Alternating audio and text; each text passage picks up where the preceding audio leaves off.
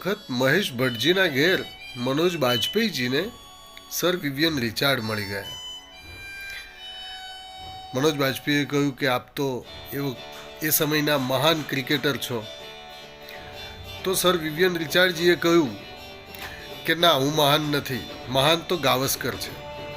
અમારા જેવી ધુરંધર ટીમ સામે પણ એમણે એટલી બધી સેન્ચુરી મારી, રનના ઢગલાઓ કર્યા. ગાવસ્કરજી મહાન છે.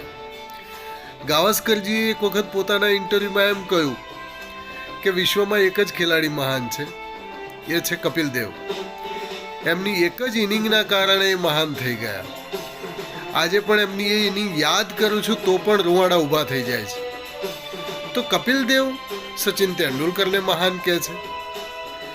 જુઓ તમે, એકબીજાને મહાન કહેવાની પરંપરા, બીજાને સ્વીકારવાની તત્પરતા એ પોતાને મહાન બનાવે છે. આ બધા મહાનુભાવોએ જે વ્યક્તિને મહાન કહ્યા એની પાછળ એમની પોતાની મહાનતા છે.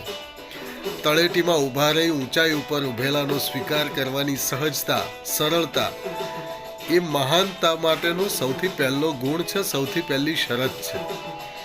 તો મહાન કોણ? વિચારજો. મારા આવા વિચારો જાણવા માટે મને લાઈક કરજો, શેર કરજો અને હા, સબસ્ક્રાઈબ કરજો.